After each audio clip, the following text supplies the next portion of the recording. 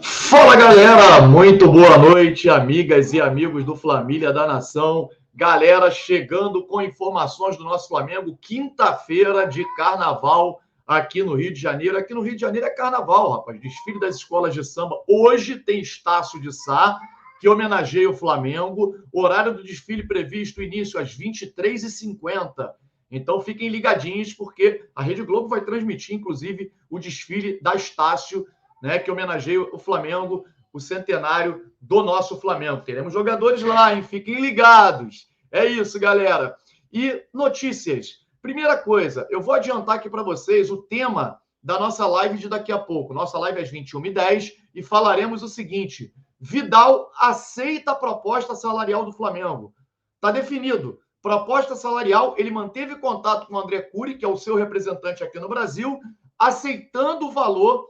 Não foi uma proposta oficial do Flamengo, mas o Flamengo sinalizou com um valor e o Vidal disse sim. Você vai ouvir tudo isso e muito mais aqui na live, e esse é o tema da nossa live que faremos às 21h10. Tocaremos nesse assunto aqui no vídeo também, mas esse é um dos assuntos da live. Falaremos na live também. Scarpa, Gustavo Scarpa, parece que estão assistindo a nossa live, hein? As nossas lives que a gente vem aí há mais de um mês falando que o Scarpa tem contrato com o Palmeiras até o final do ano, né? E que o Flamengo poderia sim fazer uma proposta para o jogador já a partir do meio do ano, assinar um pré-contrato, e o jogador interessa ao Flamengo. A gente vai falar sobre isso também na nossa live das 21h10. Aqui no vídeo eu gostaria de tocar também sobre o nível de exigência do torcedor caiu. O Flamengo empatou com o Palmeiras ontem no Maracanã. A performance foi muito boa, digo para vocês que eu gostei do time do Flamengo, mas eu vejo gente comemorando o empate, dizendo que tá bom e tal. E aí parece que o nível de exigência caiu, já que o Flamengo está atrás da tabela, precisava vencer. A gente vai falar sobre isso também aqui no vídeo. Antes de você começar a assistir, eu gostaria de que você deixasse o like. O like é importante demais para o crescimento do nosso canal, é importante para que o canal tenha maior visibilidade, mais pessoas assistem, porque aí o YouTube acaba recomendando o nosso vídeo para mais e mais pessoas. Então, dedão no like, galera. Dá essa força para nós, valeu? Posso contar com você? Agora, antes de começar a assistir o vídeo, dedo no like. E se você está assistindo a gente pela primeira vez, clique no botãozão vermelho aqui de baixo, se inscrevendo no canal Família da Nação. Esse é um pedido meu, um pedido bem humilde aqui. Se inscreva, nos ajude a chegar à marca de 100 mil inscritos. Nós já passamos dos 60 e com a sua ajuda, temos certeza que chegaremos lá à marca de 100 mil inscritos. Posso contar com você? Clica aqui agora, se inscreva, acione o sininho de notificação. Valeu? Vamos lá, galera. Flamengo ontem, numa atuação, principalmente no primeiro tempo, muito boa, empatou em 0-0 com o Palmeiras. O jogo poderia ter sido 1-1, 2-2, seria mais bonito, né? Porque merecia gols, né? Uma partida tão bonita. Os dois times jogaram muito bem, em especial o Flamengo, que fez uma partida muito mais compacta, uma partida com mais cara de time de futebol, coisa que a gente não estava vendo nos jogos anteriores ao jogo do Tadjeres, né? O Flamengo realmente, é inegável que o Flamengo vem crescendo de produção, o time evolui, né? Agora, tem alguns tópicos, alguns assuntos que eu acho válido a gente destacar aqui, né? Primeiro que eu digo de tudo, cara, é que eu não quero ter razão, eu quero que o Flamengo ganhe.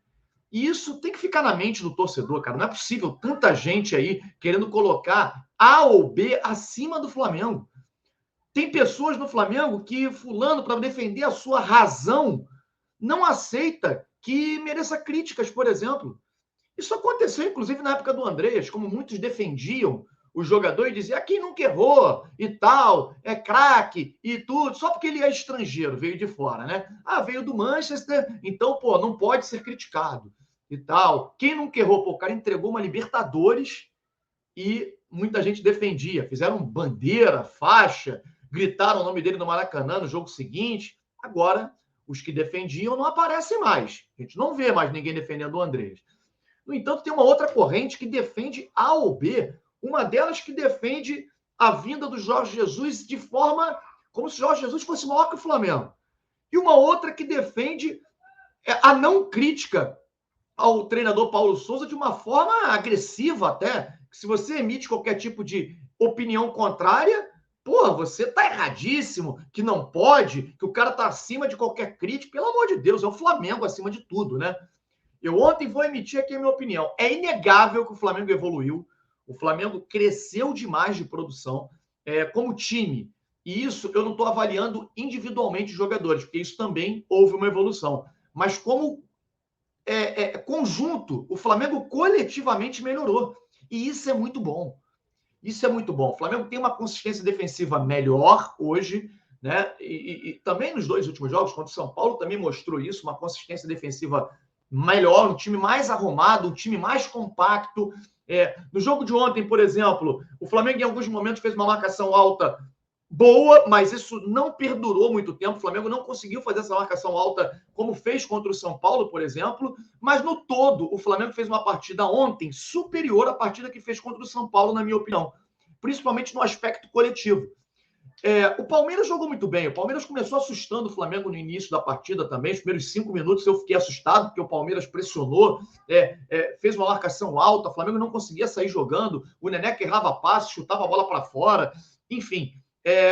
E aí, eu queria abordar alguns temas. Aqui eu estou elogiando o Paulo Souza e tenho que elogiar, porque ele fez realmente o Flamengo crescer de produção na parte coletiva, e isso é trabalho do treinador. Então, ele escalou bem o time, com uma exceção. Eu não colocaria o Hugo. Isso é uma maluquice. E aí eu explico por quê. Como é que você vai fazer um revezamento de goleiros vindo um goleiro que o Flamengo pagou mais de 10 milhões para ele poder vir, a pedido do treinador?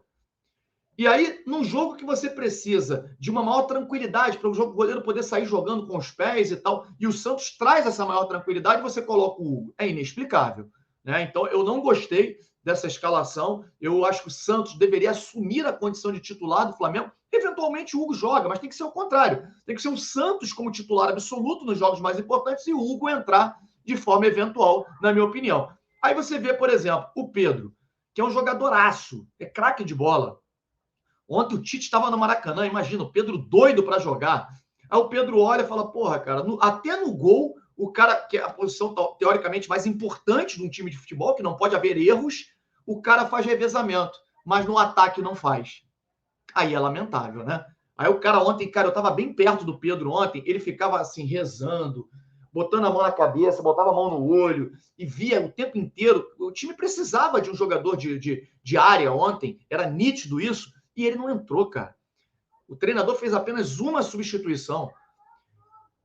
Enfim, a gente tem que aqui, aí eu já fiz o elogio ao Paulo Souza e aqui a minha crítica. A minha crítica é que a leitura de jogo dele é ruim. É ruim, cara. Não tem como. Já são quase 4 meses de trabalho e ele não faz uma modificação tática em momento nenhum da partida.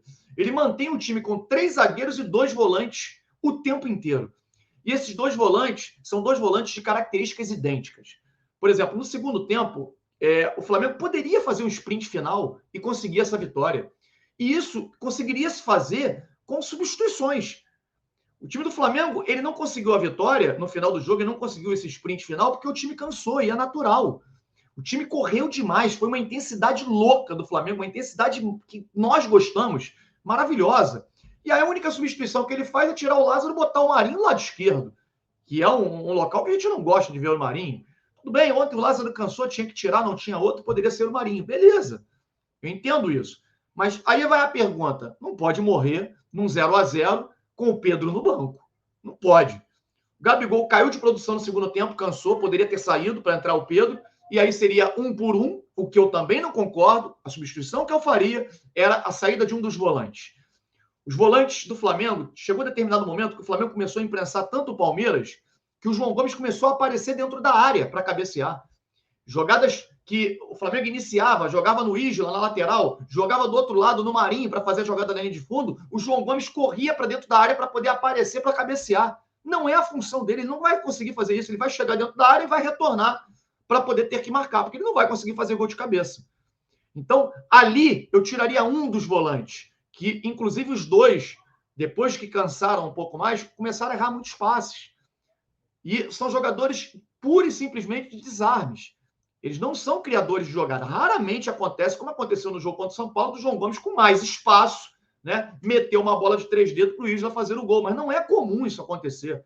Então ele poderia ter colocado ou um meia que melhorasse a armação do time do Flamengo naquele momento, ao invés de ter os dois volantes, ou principalmente o Pedro. O Pedro não pode ficar no banco num jogo que está 0-0, o Palmeiras tirando um monte de atacante, botando zagueiros. Você precisa colocar um atacante naquela partida. Tem 70 mil pessoas, meus amigos. Tem gente que está comemorando o empate, dizendo que valeu, foi bom e tal. Foi bom coisa nenhuma. 70 mil pessoas do Maracanã, eu vou comemorar empate contra Palmeiras?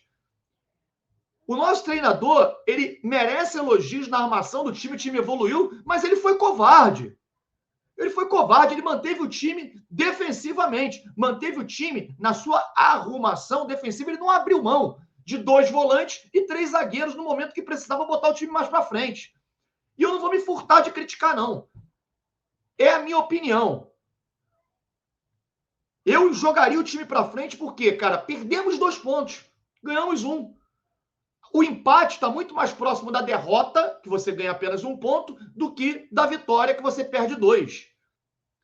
Então, ontem, eu senti que o Flamengo poderia ganhar com uma alteração apenas. E ele, na minha opinião, foi covarde e não mexeu no time como deveria mexer. Não fez a substituição que deveria fazer, colocando um atacante, dando mais poderio ofensivo para o Flamengo. Manteve ali 3 zagueiros, 2 volantes, que eu estou cansado de falar sobre isso, vocês sabem a minha opinião. No entanto, pelo menos o time do Flamengo defensivamente cresceu de produção. Agora, em determinado momento do jogo, é necessário, dentro do treinador, para fazer uma alteração tática.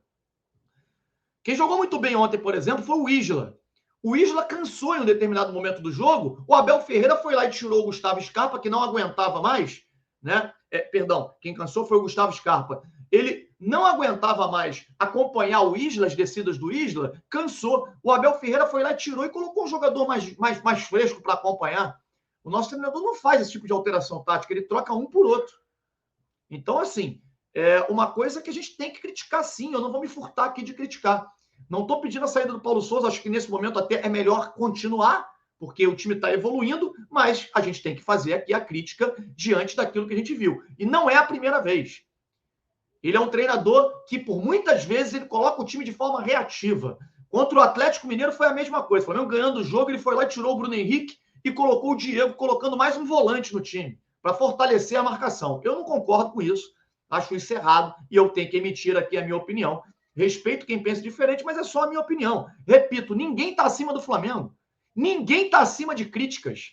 Então, eu aqui gostaria de fazer a minha crítica nessa situação em relação ao Paulo Souza. Não gostei dele não ter colocado, né, o Pedro no jogo, que eu tenho certeza que poderia. Não vive uma boa fase? Claro que não. Tá mal, mas é centroavante, é jogador de área. Vocês sabem quanto foi o último Flamengo e Palmeiras no Maracanã? Primeira rodada do Campeonato Brasileiro do ano passado. 1-0 Flamengo, gol do Pedro. O cara é matador, cara. Ele tinha que ter entrado nessa partida. Tinha que abrir mão de um dos zagueiros ou um dos volantes para colocar o Pedro. É inexplicável isso. Não é possível que na coletiva ninguém perguntou isso para ele. Acho que deveriam ter perguntado. A única pergunta tática, sobre parte tática na coletiva, foi do Deco, que perguntou exatamente sobre esse conjunto que está existindo maior, né? Ali, o Thiago Maia se entendendo bem com o João Gomes e protegendo melhor o sistema defensivo ali. O Thiago Maia realmente fez uma belíssima partida. Enfim, essa é a minha opinião. Gustavo Scarpa, que a gente vem dizendo aqui no canal, que tem o contrato se encerrando no final do ano com o Palmeiras, no meio do ano poderá assinar um pré-contrato. A informação que eu tenho é que o Paulo Souza gostou demais da atuação dele ontem e conversou com a diretoria sobre a possibilidade desse jogador vir para o Flamengo. Maiores detalhes nós falaremos na nossa live das 21h10, assim como o acerto salarial do Flamengo com o Vidal. A gente vai falar já na nossa live de 21h10. Conto com vocês lá, valeu? Deixem o like, se inscrevam no Família da Nação e brota aqui para o Família da Nação se você gosta de informações do nosso Mengão. Valeu? Saudações rubro-negras, galera. Um grande abraço a todos. Até daqui a pouco.